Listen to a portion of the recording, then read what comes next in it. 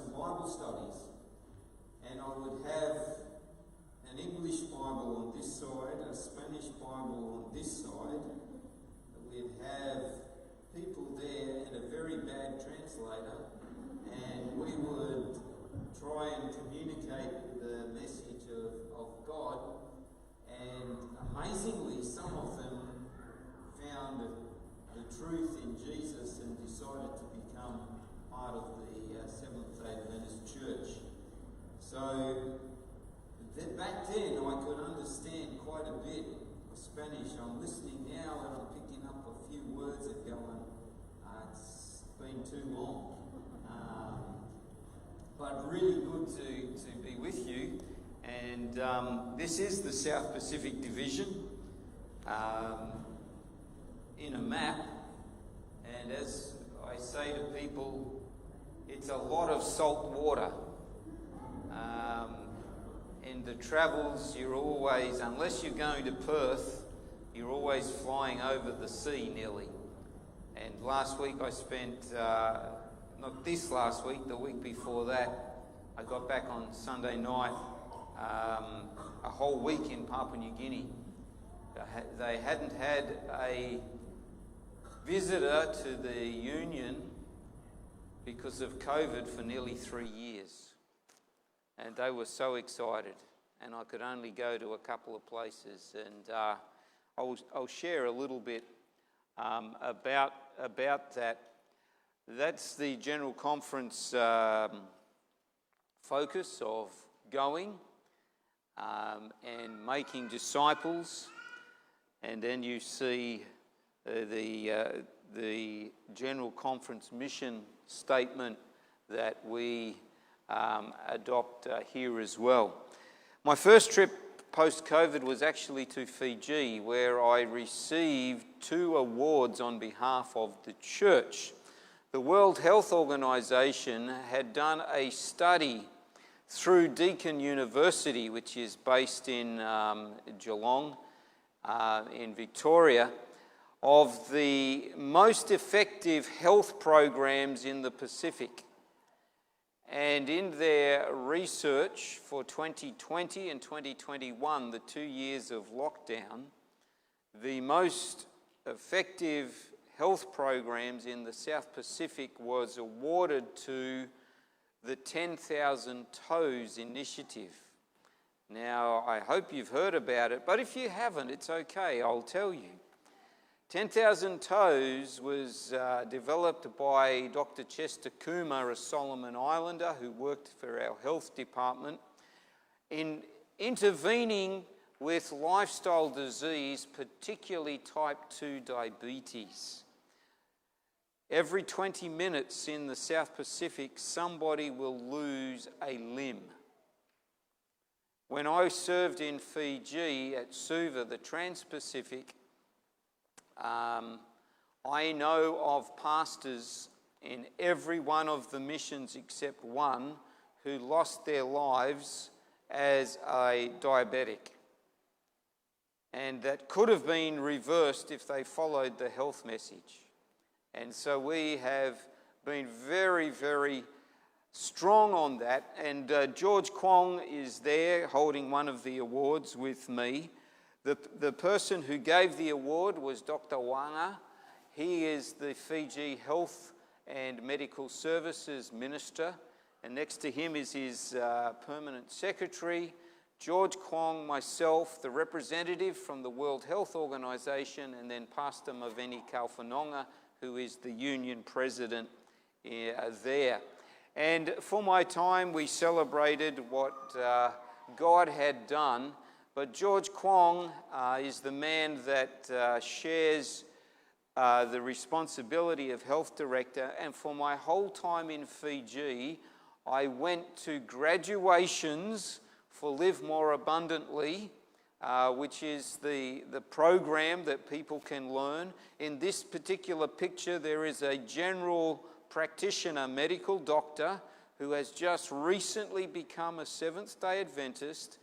It's in the English-speaking church in Suva, And she became an Adventist through the intervention of the 10,000 Toes and people helping her, because so many of her patients needed help, and it was the Adventists who gave the best help through the 10,000 Toes.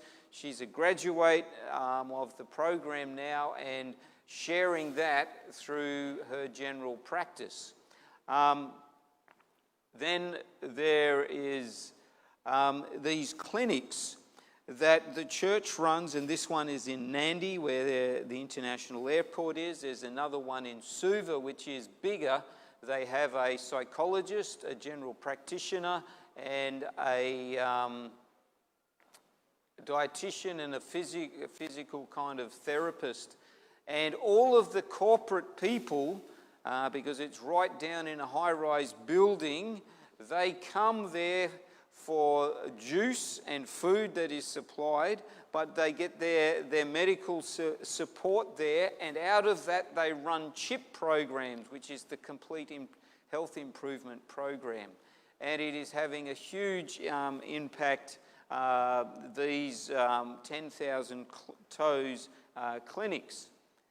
Then also, I'm trying to get this thing to work. It was working before. It doesn't like me now because it wants me to speak Spanish, but it's not going to work. Maybe the battery has run out, or who knows? It's making us something here, but nothing is happening. But wherever I went to these graduations and to the openings of churches that were becoming wellness hubs, and this is a church that is a wellness hub. Oh, now it's working, and they're giving me a traditional tambua, which is a whale's tooth, of saying how excited they are in their church now being a place where they will teach health principles to the settlements and villages and suburbs around. And every time we opened, we had great food. And this was in the village right in the centre of Nandi. The town is all around it, and there is the pastor there at a graduation for Live More Abundantly. 76 village people had completed the course. I sat next to the chief, and I don't understand Fijian very well anyway, but he was talking to me in English the whole time the speeches were happening. He said, "My wife is a graduate. She has changed my life. I used to not be able to walk so well. And I thought I was old and all pain in my joints. She's changed our diet. She's made me walk every day, 10,000 steps. And he said, I feel so much better. I'm so glad for your Adventists. In the past, we didn't like you. We didn't want you in our village. Now you're welcome anytime." He just kept talking because he could see it helped him and how it was helping all of his villages. This is in a tourist resort where they, instead of having an alcoholic bar, they have a juice bar that is run by 10,000 Toes. So you can see there's quite a few interesting things happening. This particular church is the Nandi English-speaking church. And I don't know if you can see the people there, but they are not Fijian. And if you look very, very closely, they have very fresh red dots on their forehead, which tells me that they are Hindu. And they are here at the opening of this wellness part for the church. And they say to me, "Pastor," and I go, "Oh, they used the right word. This is our church. Thank you for coming." And I'm going, fresh dot on the forehead tells me you've just worshipped the Hindu gods this morning, and this is your church. And they were just saying, you know, we used to not be able to sleep well and now we can sleep well. Others were saying that they used to have indigestion and all the indigestion is gone. Others say they couldn't, were really unfit and were overweight, and now the weight is coming off and they feel so much better. And like we're hearing all of this, and I said to the elder, are these people, you know, part of the church? And he says, well, no, they're from the Indian settlement just up the road, but they consider this place their church because we've helped them so much. And you kind of go, that's the power of good health and ministry and the 10,000 toes. Kelvin Waikavi is the man in the middle. Last week he drove me around Goroka, Papua New Guinea, and also came on the mission plane with us to two very isolated places, which would take 3 days walking, and we were there in 10 minutes. And if I showed you the airstrip, you know, airstrips are supposed to be flat, aren't they? Not in some parts of the world. There are parts of them that are flat, but this one was like at least a 7% incline. So we came up like this at the top and then turn around and yeah. Anyway, Kelvin is a CPA, graduate of Pacific Adventist University. He is the financial advisor for a whole lot of a company that helps with medical projects all around the place. During lockdown in Papua New Guinea, they didn't have complete lockdown. Yes, they locked down churches and tried to isolate people, but they're very communal people. And so they knew they couldn't tell people you can't see anybody. And so they said you could have 10 people maximum. So on Sabbath, he said to his family, we will meet and we will invite some of our neighbours. And so they did that. And then as the weeks went by, he said, I'm no preacher, but he took his World Changers Bible and he did Discovery Bible reading, which is just opening up, reading the Bible, asking the Holy Spirit who inspired the Bible to be present and to teach, and he just asked questions and got the people to read and answer and discuss. Week after week it grew from 10 to 20, 30, 50, and now they've got between 70 and 80. Lockdown is finished in Papua New Guinea, as it has in most parts of the world. He's not going back to his 400. Every church has what they call hand churches or groups or places where they're trying to see God develop, and he has now made this a hand church, and he is the elder leading that, and this is their first baptism last year. 11 people, and later in the year they had another 17 people baptized in 2 years from one small group, from one man who is also on the division executive committee. I went in the afternoon to 4 other places where they started in March 2020 with between 4 and 12 people, and every one of those groups has between 120 and 160 people now participating and are considered hand churches. And the leaders said, we only took you to a few. In our mission, there are 260 of these all over the place. God has just exploded the message. And you know what they kept saying? Pastor, the division prepared us for it. You came and you gave us all of these World Changer Bibles.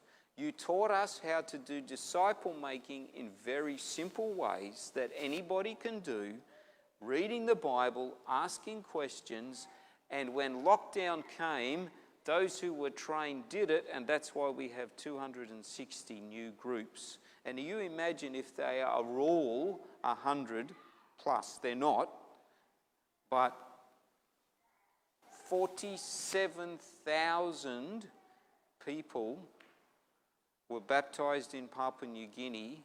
We were the only division in 2020 to grow during COVID. And that was because of the disciple-making efforts, particularly in the Trans-Pacific and where Fiji is and the health stuff, and also in Papua New Guinea. Anyway, let's get into our message. I want you to read in English with me. This is the world mission statement for our church. Are you ready? 1, 2. Make disciples of Jesus Christ through loving witnesses and proclaim to all people the everlasting gospel of the three angels' messages in preparation for his soon return. Are you okay with that mission statement? I am. I think it's pretty good. Disciples is what we need. You know, one of the things that I challenge people is, where in this book does it say go out and make church members? Do you know where it says that? Go out and make church members? Nowhere. But it does say go and make disciples. And a disciple who is someone who in every way, in every part of their life is becoming more and more like Jesus Christ. And that means that we become disciple makers. So I like this. And then as the Seventh-day Adventist Church, we know that we should be the last-day disciple-making movement, because we know the special last-day message, and it is in Revelation 14, verses 6 to 12, and you've got a nice window above that suggests the three angels. I want you to come to Revelation chapter 14, and we will just read those three angels' messages. And my question for us today is, where's the good news of the third angel? What is the good news of the third angel? Revelation 14 verses 6 to 12. And I saw another angel flying in the midst of heaven, carrying the everlasting gospel to proclaim to all the people who belong to the world, to every nation, tribe, language and people. Fear God, shouted. Give glory to him, for the time of his judgment has come, and worship him who made the heavens, the earth, the sea, and all the springs of water. Very clear that this message is good news, because it is the everlasting gospel that goes to the world. And gospel means good news. And the good news is that Jesus is God, and Jesus has conquered death and sin, and Jesus is alive and in heaven, and he's preparing a place for us, and he is our judge and coming back soon. Don't worship the beast. Don't worship the image. Don't worship the Babylon that's happening. Worship God. He's the creator. You see, it's a really, really good news coming from the first angel that shouts it, because he wants everybody to know, because it's the gospel message. So I have no doubt that the first angel's message going to all the world is a message of good news. Pretty clear. You agree? Happy? All right, let's go to the second angel. And there it is in verse 8. And it says, then another angel followed him in mid-heaven, shouting, Babylon is fallen, the great city is fallen, because she made all the nations drink of the maddening wine of her adulteries. Well, what's Babylon? Well, Babylon is a city in one part of Revelation, but in another part of Revelation is a prostitute. It's the same entity in different symbols. And it says that Babylon is fallen. That's good news if you know what Babylon is. It is the powers in the world, the beast from the sea, the beast from the land in Revelation chapter 13, that work together and make another image to the beast, and they teach people the wrong things and they show power and control. It's religious, political systems of this world, and they're trying to control people, and God says, don't worry about their control. Babylon is fallen. Don't worry about their teachings that make people drunk. Babylon is fallen. You know, the people in China really believe this. In this last year, the government has closed nearly 1,000 Seventh-day Adventist churches in the country, and they don't care. Well, they care, but it doesn't stop them. And I've talked to the pastors, I've been there, not this year, but in the past, and most of the pastors are ladies. They seem to have more courage than the men. Interesting. And they say, they can close the churches and we won't go, but they can't stop us having church at our home. And the same as they've done in Papua New Guinea, they do in China, and the church still grows. You see, Babylon is fallen because you can't change people's hearts. That's good news, isn't it? Yeah. Then we come to the third angel's message. And this is chapter 14, where we'll spend a little more time. Verse 9.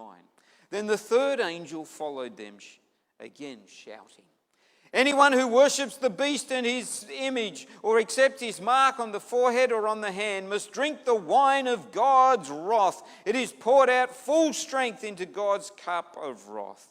And they will be tormented with fire and burning sulfur in the presence of the holy angels and the Lamb. And the smoke of their torment will rise forever and ever, and they will have no relief day or night. For they that worship the beast or his image or has accepted the mark of his name. And you kind of go, oh my goodness, this doesn't sound very nice at all. There's this mark of the beast. And it's these beasts that come up out of the sea and the land. And it's on the forehead or on the hand. And there's absolutely no doubt, if you read Revelation chapter 13, the beasts create other gods. Isn't there a commandment about that? The beasts blaspheme the name of God. Isn't there a commandment about that? Yes? The beasts say you need to worship other gods. Isn't there a commandment about that? I have absolutely no doubt that these people against the law of God, this Babylon system, which is fallen, but here it's saying is if you get hooked up with this system and you follow it by the hand, which is a symbol of your action, you're going to suffer. And if you actually believe it and have it on your forehead, you're going to suffer before God. And it's almost like a picture of God in heaven just looking at people and seeing them burn, and he's kind of like, well, I'm happy. Have you ever kind of seen the third angel like that? And worried whether there is actually good news there? Because you certainly don't want to get the mark of the beast. What you really want is the seal of God, and the seal of God only goes on the forehead. Chapter 7, chapter 14 of Revelation. And that is in your thinking, because when you change your thinking and your mind and you receive the character and heart of God, the Spirit puts His law in your heart and mind, and you live that out with courage and conviction like the people of China. And that is what we want. But if you don't, and you just go along with what's happening, it says there are some big consequences. And many people don't like the picture of God portrayed here. And I must admit, I was one of them sometimes. But I want us to pick up one verse which will help us understand. Verse 10. They must drink the wine of God's anger, which being poured out full strength into the cup of His anger and wrath. What is all of this talked about? Well, as we finish the three angels' messages, verse 12 is very clear. The summary is, here is the patience of the saints. Here are they that obey the commandments of God and have the faith of Jesus. It's to do with the commandments, but it's also to do with Jesus. How do those two connect? Because as an Adventist church, if you look at our history, there have been times when we have focused on the commandments, the Sabbath, the commandments, obedience. And there's been other times where we've gone, no, the grace and mercy of Jesus and His salvation and His goodness. And that was the case at a very special general conference at Minneapolis in 1888. And it's interesting that in this particular general conference, not like the one that we just had, two young people, young pastors, were told that they were to be preaching, and they had the support of Ellen White. They were A.T. Jones and E.J. Wagner. And they were young people. Now, most of the speakers at the general conference are older than me. And I will retire in the next decade. And the old general conference leaders, the officers, they were not very happy that A.T. Jones and E.J. Wagner were chosen to do the main speaking at the general conference. They're thinking, hey, we're the leaders. People should be listening to us. We've got the right message at this time. And Ellen White, when she found out, she says, you leave these young guys alone. They're the ones who are to preach. And there was lots of tension at the general conference. And read what Ellen White writes about it soon after. Many had lost sight of Jesus. They needed to have their eyes directed to His divine person, His merits and His changeless love for the human family. All power is given into His hands, that He may dispense rich gifts unto men, imparting the priceless gift of His own righteousness to the helpless human agent. This is the message that God commanded to be given to the world. It is the third angel's message. which is to be proclaimed with a loud voice and attended with the outpouring of his Spirit in a large measure. And you go, wow, she's saying people have lost sight of Jesus. That's why these young guys need to preach. And they preached from Galatians mainly, some from Ephesians and Romans, outlining the gospel of Jesus. But she says it's the third angel's message. But did you get that from the third angel? But that's what Ellen White says. And she says it in a couple of other places. Let's just have a look. Therefore, God gave to his servants a testimony that presented Jesus, which is the third angel's message, in clear, distinct tones. And then she goes and quotes a verse from John's Gospel.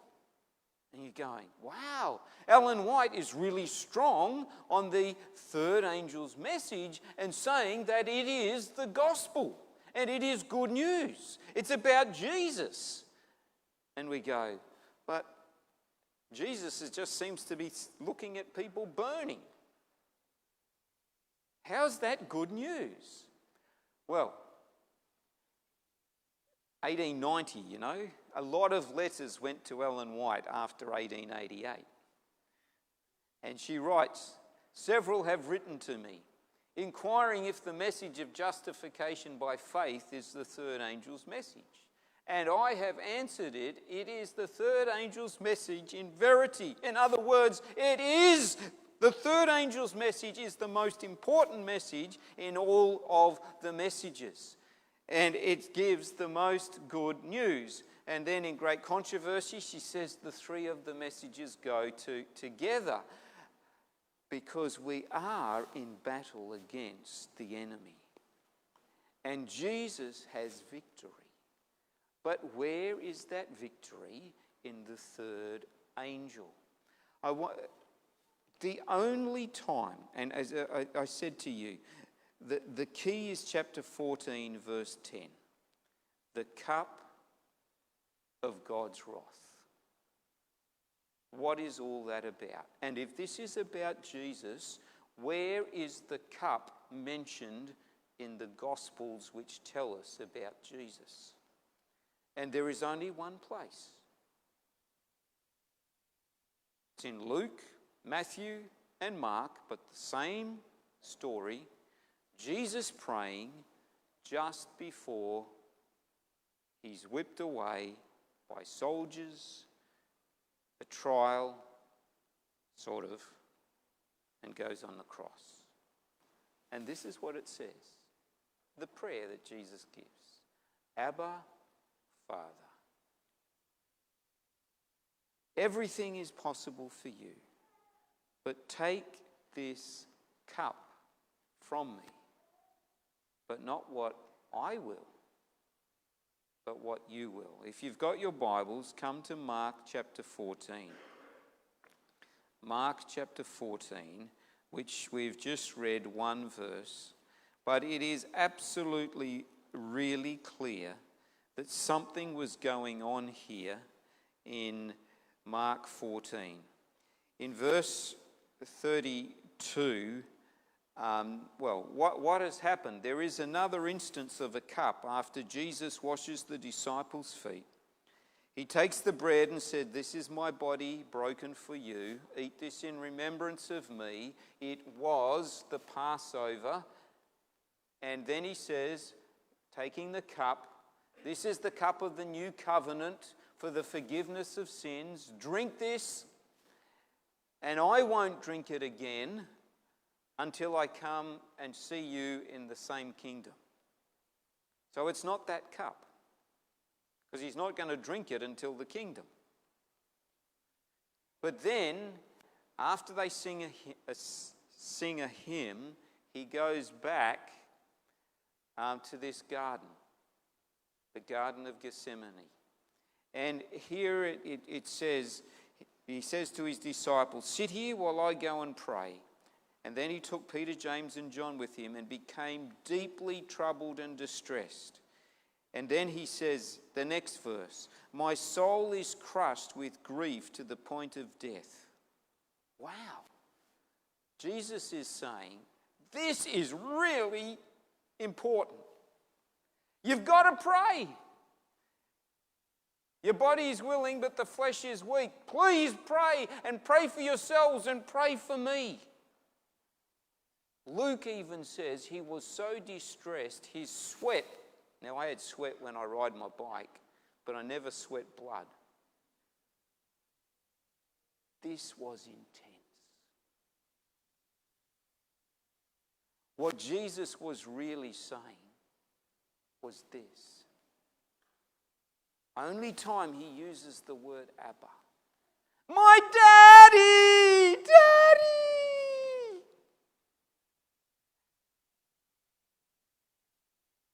I'm not enjoying this.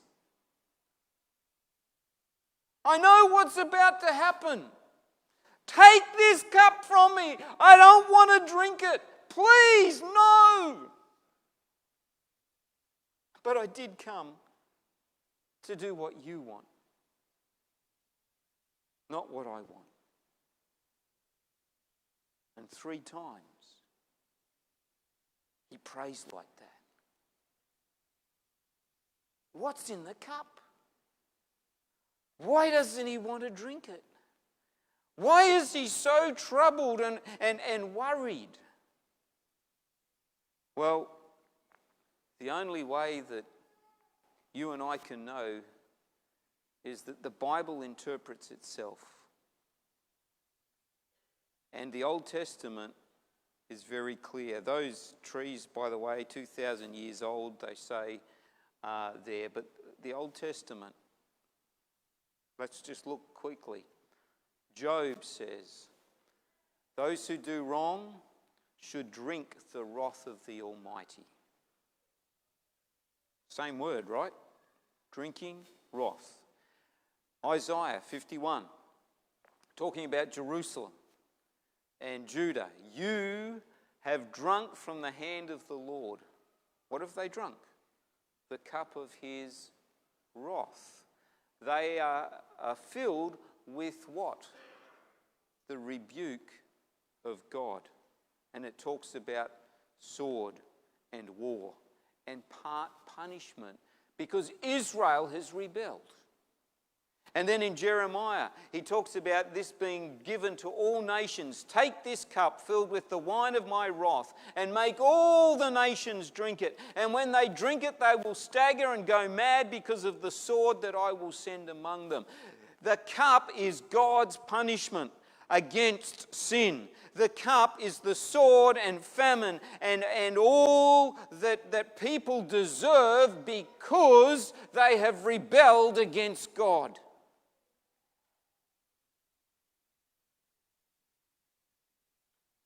I don't know about you, but I want God to bring some punishment to some people. You know, why are people suffering for nothing in Ukraine? Why in Sudan, Myanmar, China? And look, they're just current places. You can go anywhere and everywhere. War and violence, and we talked about domestic violence and people hurting each other in the families, and you know, you want justice. That's not right when people get hurt. And God is that God of justice. And he says there is a time that I have to, I give a bit of punishment and people take it, but ultimately there is a cup with all of my punishment in it.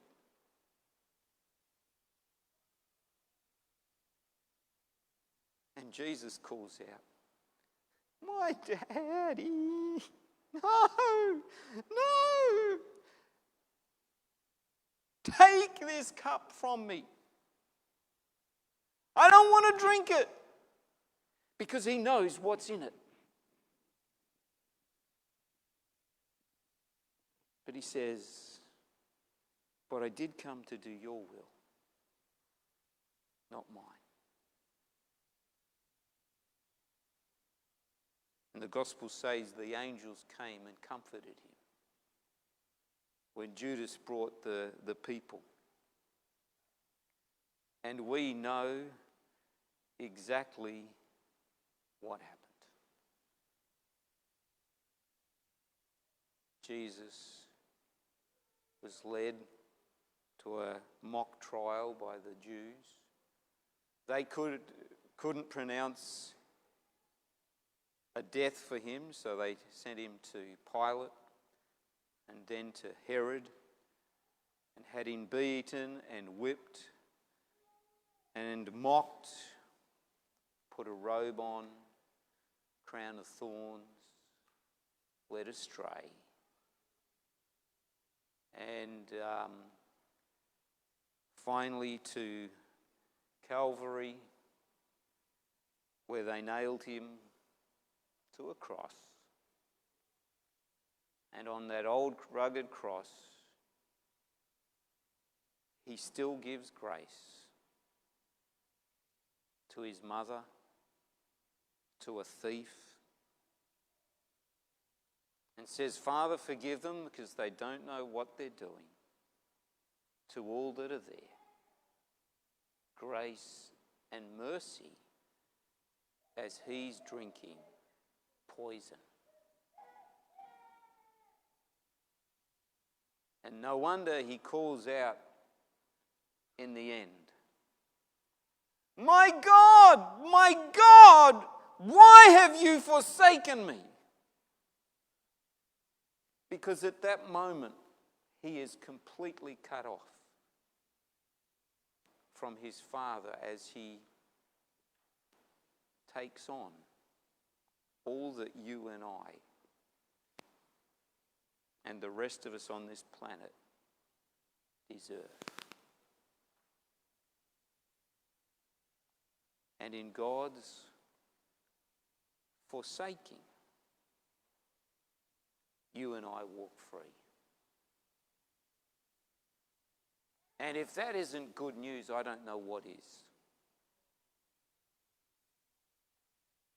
Just amazing. Jesus drank the cup of God's wrath and suffering for everybody. And the New Testament is very clear. Jones and Wagner taught this. We have been justified, completely made holy by his blood. And how much more that will save us from God's wrath. Yes, God is angry at sin. He wants justice and punishment. But he's paid the price through Jesus. And so as you read the third angel's message, when it says that people have to drink the cup of God's wrath, note it's only some people that have to. And it is those who have completely rebelled and don't want God to have any part of their life and won't let the Spirit speak to them in any way. And it's at the final consummation before everything wraps up on this planet where they have to drink it themselves. But they don't have to, because Jesus already has. And God is not going to force them, because God is a God of love at the same time. Incredible love that he takes all of that for us. An incredible love that he allows the freedom for people to say, well, I don't want it, I will drink the cup. You drink the cup, you suffer the consequences. No wonder Ellen White says the third angel's message is justification by faith in verity, the strength and power of it. So as we contemplate who we are as Adventists, Make sure we get the balance right. Yes, the commandments are important. The Sabbath is a test. No doubt, it's there in Scripture. But the faith of Jesus, we get that balance right. Because he's the one who gives us the strength and courage. He's the one who saves us. And as John wrote in his letter, he is the atoning sacrifice for our sins, but not only our sins, but the sins of the whole world.